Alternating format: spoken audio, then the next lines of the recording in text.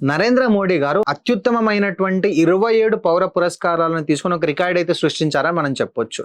ఎందుకు ఇస్తారు సార్ వేరే కంట్రీస్ మన ప్రైమ్ మినిస్టర్కి ఈ హైయెస్ట్ సివిలియన్ అవార్డ్స్ ఎందుకు ఇస్తారు అని అంటే, because of his role in the global leadership and at the same time humanitarian approach towards the maybe అది COVID-19 టైంలో కావచ్చు, లేకపోతే ఎక్కడైనా ఫ్లడ్స్ జరిగినప్పుడు, భూకంపం వచ్చినప్పుడు వాళ్ళకి మనం ఇచ్చే సహాయంతో, దానితో పాటు ఇండియన్ డయాస్పోరా ఎక్కడెక్కడైతే ఉందో వాళ్ళతో మన ఎంగేజ్మెంట్ని బేస్ చేసుకొని వీటన్నింటిని దృష్టిలో పెట్టుకొని ఈ హైయెస్ట్ సివిలియన్ అవార్డ్స్ అనేవి ఇవ్వడం అనేది జరుగుతుంది.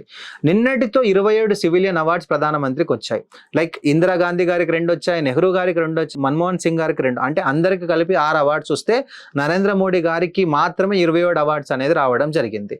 ఈ సంవత్సరంలో 2025 సంవత్సరంలోనే 7 పురస్కారాలు ఆయన అందుకున్నారు. లైక్ మారిషస్ కావచ్చు, శ్రీలంక కావచ్చు, సైప్రస్, ఘనా కావచ్చు, ట్రినిడాడ్ అండ్ టొబాగో కావచ్చు, రీసెంట్గా బ్రిక్స్ సమ్మిట్కి వెళ్ళినప్పుడు బ్రెజిల్ అత్యున్నత పురస్కారం, ఆ తర్వాత నిన్న నమీబియా అత్యున్నత పురస్కారం కూడా ఆయన్ని వరించడం జరిగింది. For more information please do like, share and subscribe to Vishnu IAS. All the best.